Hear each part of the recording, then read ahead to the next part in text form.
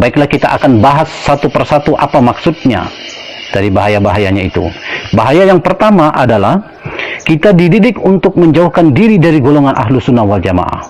Menjauhkan diri bukan berarti menjauhkan diri dari ulamanya, ustadz-ustadznya, tapi menjauhkan diri juga dari buku-buku mereka. Salah satu contoh buku itu adalah buku yang berjudul Kunci Ibadah, di mana buku ini sangat banyak dan mudah kita dapatkan di toko-toko buku dan di pasar-pasar. Mereka sangat meremehkan buku ini dan melarang pengikutnya untuk membacanya.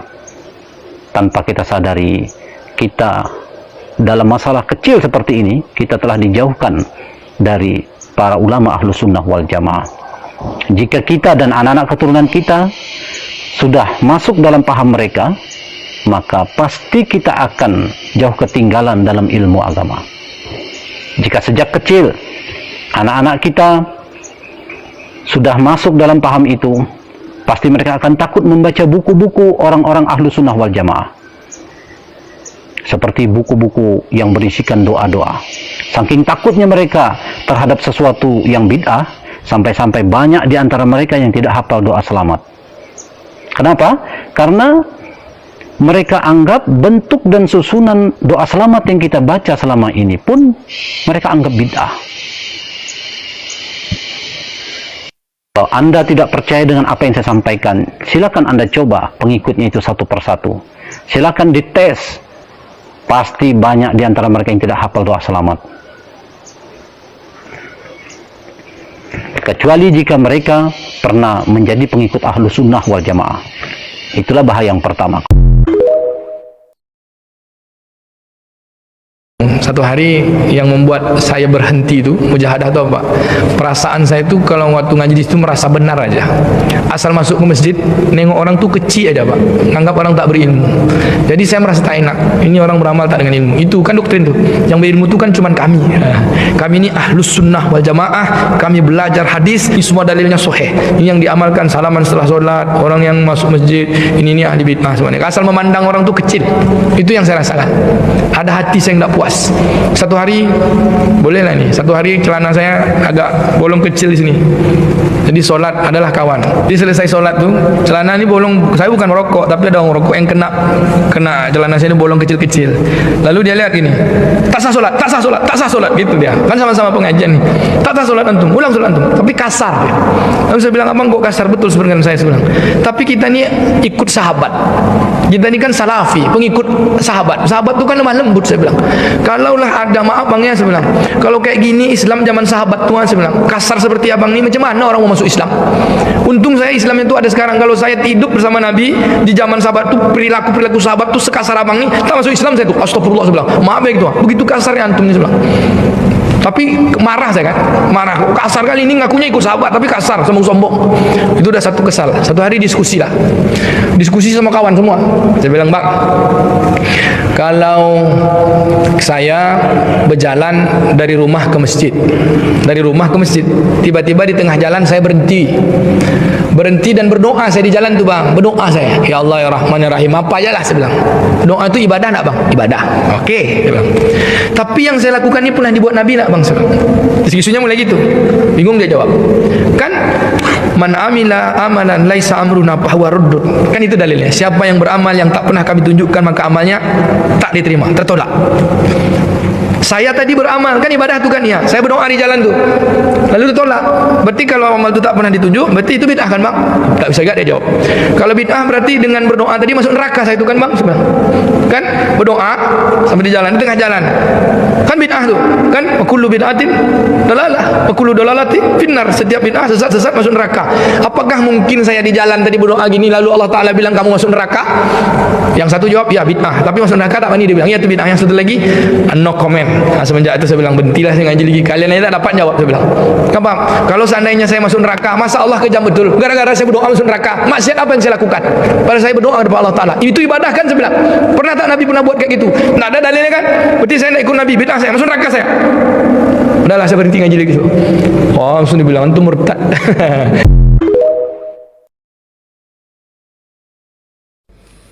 Satu pertanyaan yang sangat penting, pertanyaan yang bagus tentang maulid. Dan yang dimaksud dengan Maulid Nabi di sini adalah perayaan Maulid atau peringatan Maulid, dan lebih tepatnya kalau yang dipraktekkan oleh masyarakat adalah pengajian dalam rangka Maulid Nabi. Nah, peringatan Maulid Nabi ini satu hal yang bersifat khilafiyah istihadiyah. Artinya diperselisihkan oleh para ulama-ulama besar. Bahkan perselisihannya sejak dahulu kala. Sebagaimana diakui dan ditegaskan oleh Syekh Saleh Al-Utsaimin hafizallahu taala, salah satu ulama besar Arab Saudi, pernah jadi anggota Hay'ah Kibar Ulama Saudi. Beliau menegaskan bahwasanya peringatan Maulid Nabi itu diperselisihkan oleh para ulama sejak masa silam dalam 3 pendapat. Ada pendapat yang menilainya jaiz, boleh atau dianjurkan. Pendapat kedua menilai peringatan Maulid Nabi itu hukumnya makruh. Pendapat yang ketiga menilai bahwasanya peringatan Maulid Nabi itu hukumnya haram. Dan sebelum itu ada juga Al-Imam Syaukani, Muhammad bin Ali Asy-Syaukani menegaskan kalau hukum peringatan Maulid Nabi itu satu hal yang diperselisihkan oleh para ulama. Nah, kalau para ulama besar sejak zaman dulu itu berselisih pendapat, semestinya kita itu legowo. Kita itu yang ilmunya ndak apa-apanya dibandingkan ulama dahulu, semestinya berlapang hati. Ya, silahkan memilih pendapat yang mengharamkan Maulid Nabi, namun jangan menyerang, membuli, menghujat pendapat yang membolehkannya dan orang-orang yang melaksanakan pendapat yang membolehkan peringatan Maulid Nabi.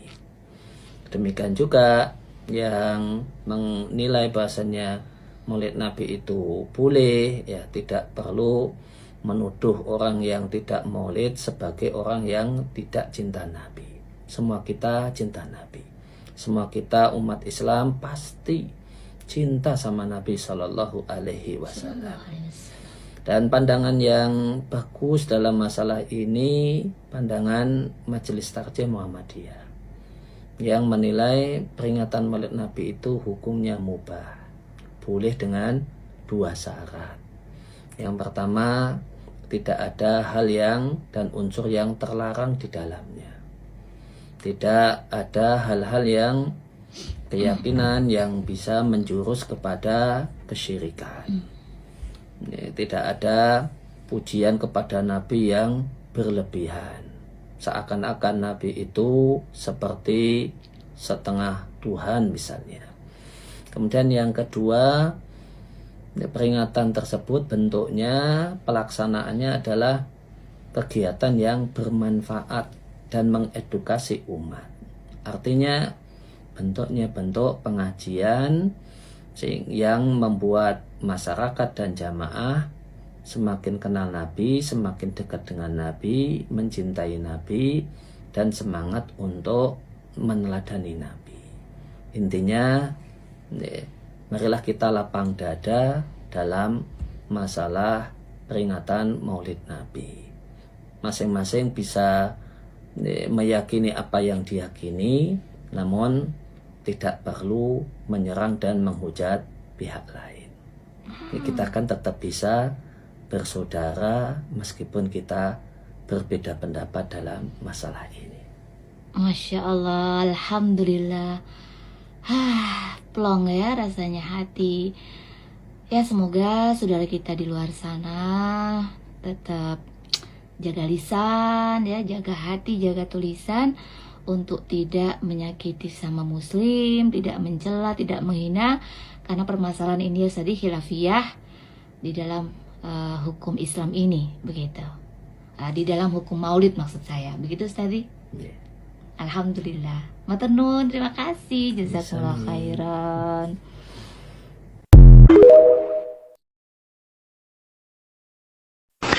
Jauh sebelum saya kenal dengan guru-guru mulia ini, saya termasuk orang yang dikala itu akidahnya goyang, asabiku semua. Walaupun ya saya sempat juga mondok, ya, tetap saja masih mencari pemahaman yang benar.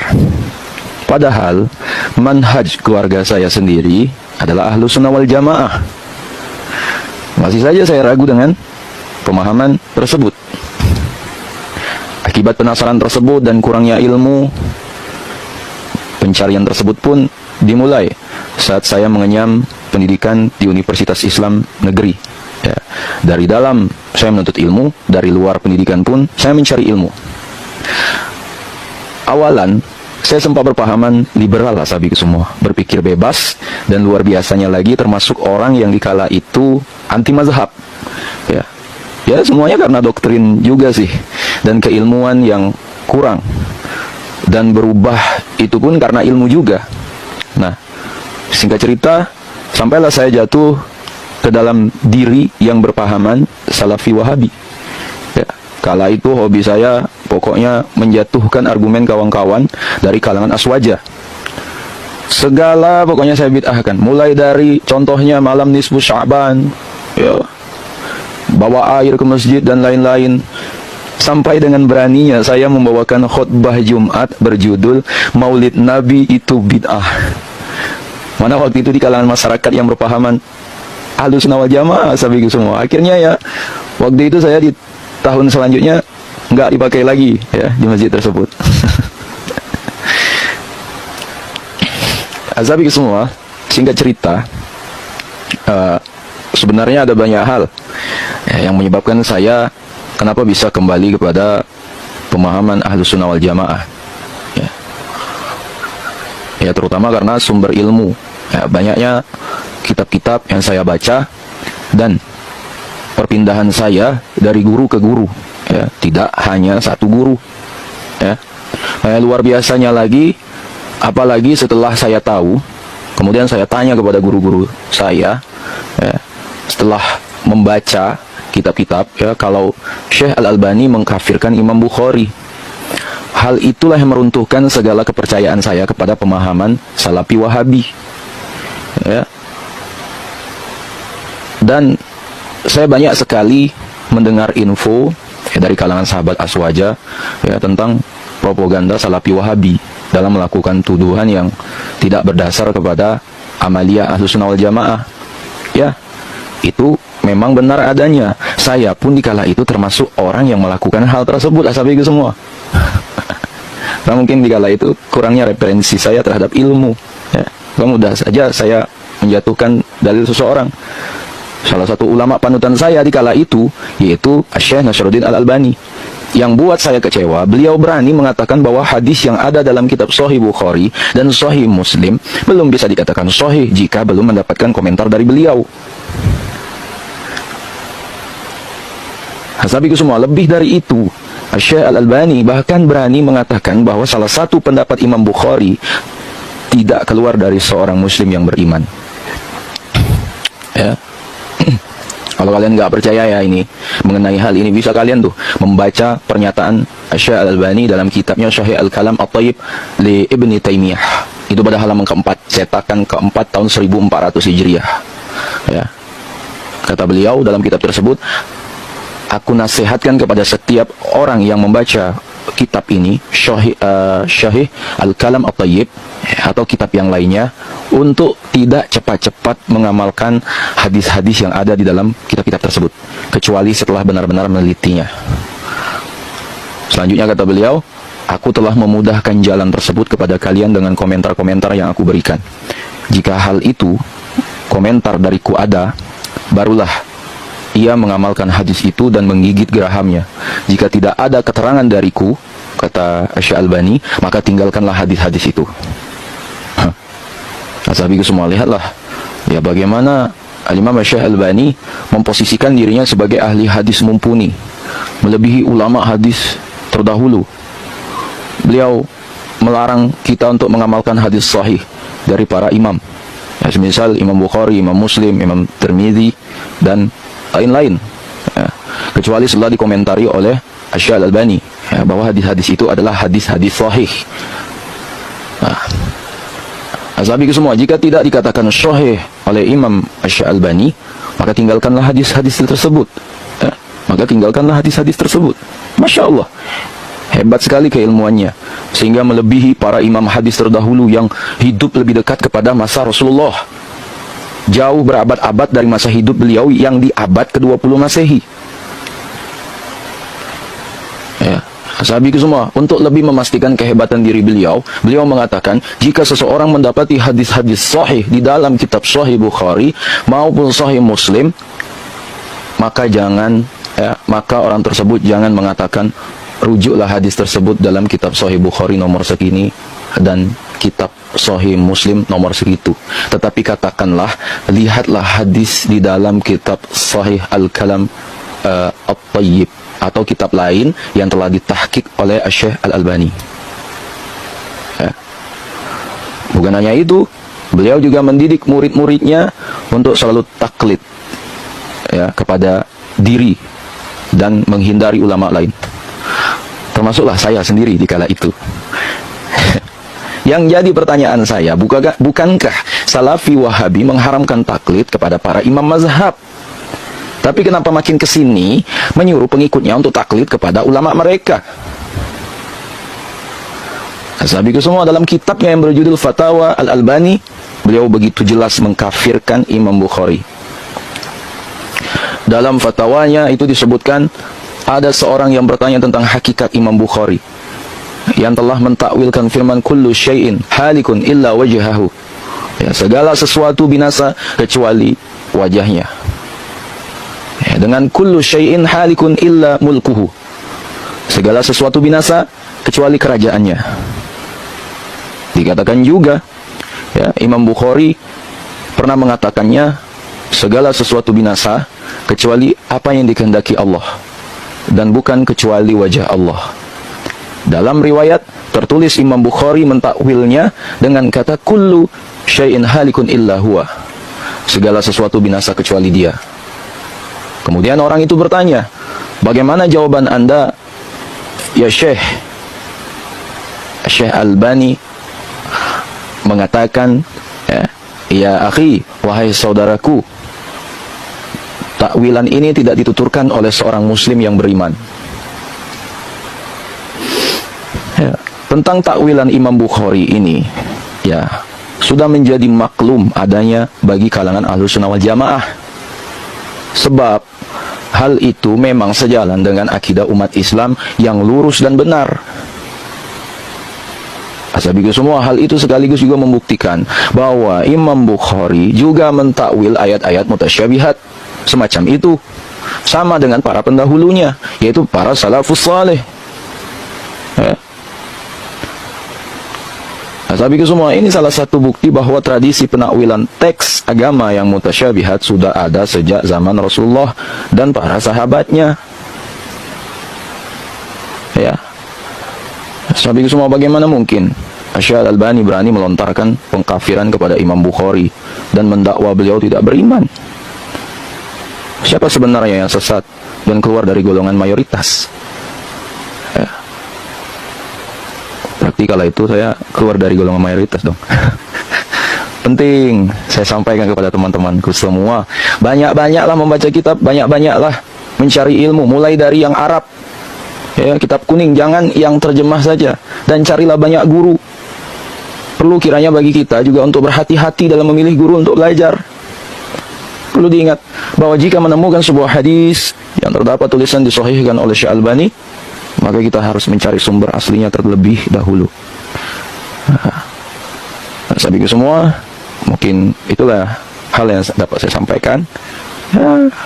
Kalau dulu saya termasuk Salafi Wahabi, termasuk mengikuti pemahaman mereka, tapi setelah tahu ilmunya, banyak ilmu, banyak membaca, hal tersebut membuka pemikiran saya. Ternyata manhaj yang benar yang menurut saya selama ini ternyata salah. Tapi balik lagi, yang terpenting adalah kalian semua teruslah menuntut ilmu, teruslah banyak membaca, terusnya membaca kitab-kitab, bukan hanya yang terjemah saja, tapi juga yang Arab, kitab kuning. Asabiku semua, sekiranya video ini bermanfaat, jangan lupa share kepada orang-orang yang kita sayangi, lagi kita cintai. Wallahu alam. Assalamualaikum warahmatullahi wabarakatuh.